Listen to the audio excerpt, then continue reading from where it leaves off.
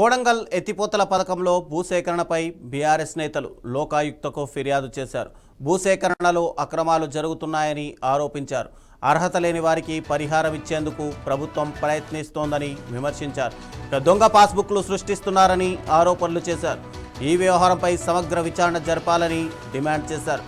త్వరలో గవర్నర్ను కలిసి ఫిర్యాదు చేస్తామని బీఆర్ఎస్ నేతలు తెలిపారు.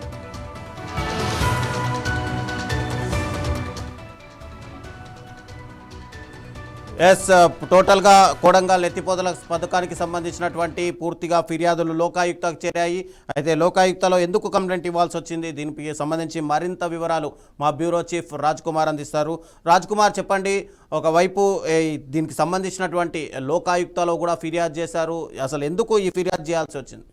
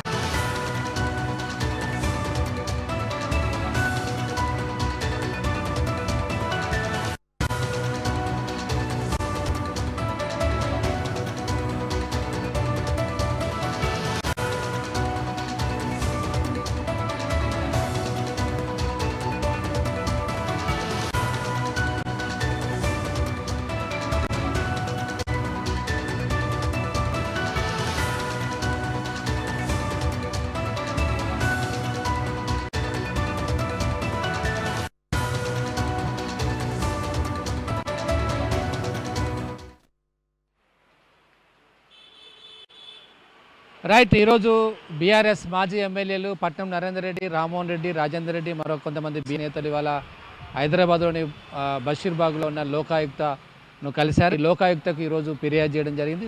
ప్రధానంగా ఈ మధ్యలో మనం చూస్తున్నాం, కేటీఆర్ కూడా ఆరోపించారు, రేవంత్ రెడ్డి సహోదరులకు భూ కేటాయింపులు జరుగుతున్నాయి, ఎలాంటి కంపెనీ లేదు, డాక్యుమెంట్స్ మీదనే కేవలం కంపెనీలు ఉన్నాయి, అందులో ఉద్యోగాలు లేరు, ఉద్యోగులు లేరు, క్యాపిటల్ లేదు, ఏం లేదు అని ఆరోపణలు చేస్తూ దాన్ని త్వరలోనే మేము అవసరమైతే లోకాయుక్తను గవర్నర్ని కలుస్తాము.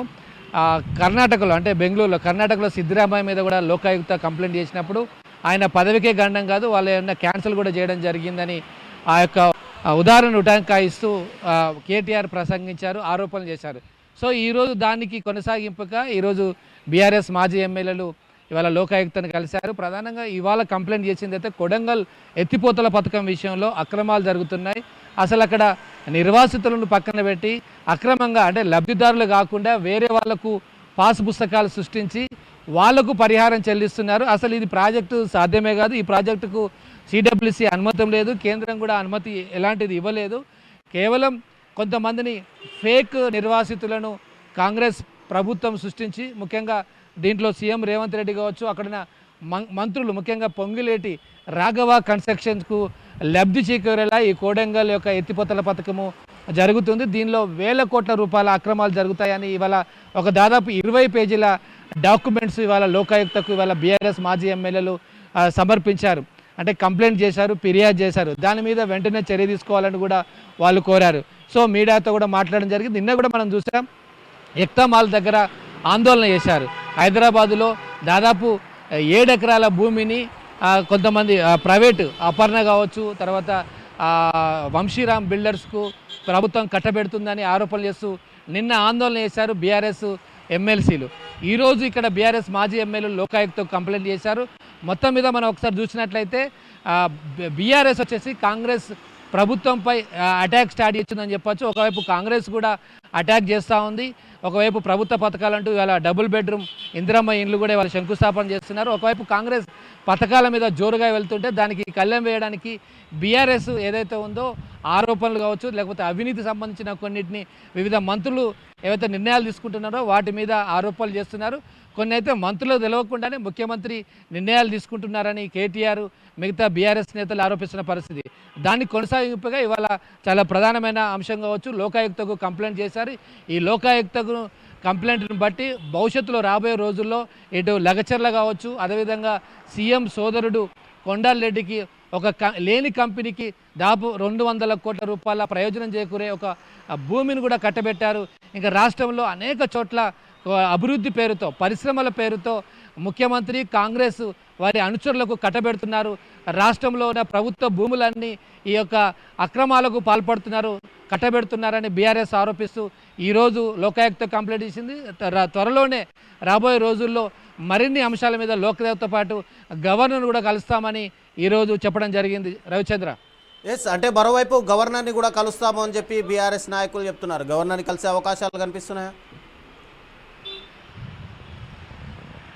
ఎస్, ఖచ్చితంగా మనం ఇవాళ మాట్లాడాం. త్వరలోనే ఇంకా కొన్ని అంశాలు ఉన్నాయి. కొడంగల్తో పాటు కొడంగల్ ఎత్తిపోతల పథకము, అదేవిధంగా మన కొడంగల్తో పాటు అదేవిధంగా లగచర్లకు సంబంధించిన లగచర్ల పారిశ్రామిక ప్రాంతం పేరుతో ఒక కారిడార్ పేరుతో 1000 ఎకరాలను సేకరించి వ్యక్తిగత అవసరాలు తీర్చుకోవడానికి, రియల్ ఎస్టేట్ కోసం చేసుకోవడానికి ఇవన్నీ చేస్తున్నారని బీఆర్ఎస్ నేతలు ఇప్పటివరకు ఆరోపిస్తున్నారు. సో ఈ ఆరోపణలే కాదు, త్వరలోనే గవర్నర్ కలుస్తాము. ఒకవేళ ఇక్కడ కనుక వినకపోతే ఢిల్లీకి వెళ్ళి రాష్ట్రపతిని కూడా కలుస్తాం, జంతర్ మంతర్ దగ్గర ఆందోళన కూడా నిర్వహిస్తాము. అదేవిధంగా ప్రజాక్షేత్రంలో ప్రజలతో పాటు అనేకమైన పోరాటాలు చేస్తాం. అవసరమైతే అసెంబ్లీని సెక్రటరీ కూడా ముట్టడిస్తాం, ప్రజలతో ధర్నాలు చేస్తాం, ప్రజల దృష్టికి తీసుకెళ్తాం, రాబోయే ఎలక్షన్స్లో వాళ్ళను ఎండగడతామనే ఒక విమర్శలు ఆరోపణలు చేయడంతో పాటు వీళ్ళు ఇప్పుడు మళ్ళీ లోకాయుక్త వాళ్ళు ఓన్లీ కొడంగల్ ఎత్తిపోతల పథకం మీదే ఇవాళ కంప్లైంట్ ఇచ్చారు. త్వరలోనే లగచర్ల, అదేవిధంగా రేవంత్ సోదరుడు కొండారెడ్డి యొక్క కంపెనీ దాని మీద కూడా కంప్లైంట్ చేస్తూ లోకాయుక్తతో పాటు త్వరలోనే గవర్నర్ కలుస్తామని ఈరోజు చెప్పడం జరిగింది. త్వరలో కలిసే అవకాశాలు ఉన్నట్టుగా మనకు తెలుస్తుంది. మొత్తం మీద ఎలక్షన్స్ ఇక్కడ లోకల్ బాడీ అంటే జిహెచ్ఎం సెలక్షన్తో పాటు ఎంపీటీసీ, జెడ్పీటీసీ ఎలక్షన్స్ ఉన్నాయి కాబట్టి బీఆర్ఎస్ కూడా కాస్త అటాక్ స్టార్ట్ చేసిందని చెప్పొచ్చు. Right, thank you Raj Kumar.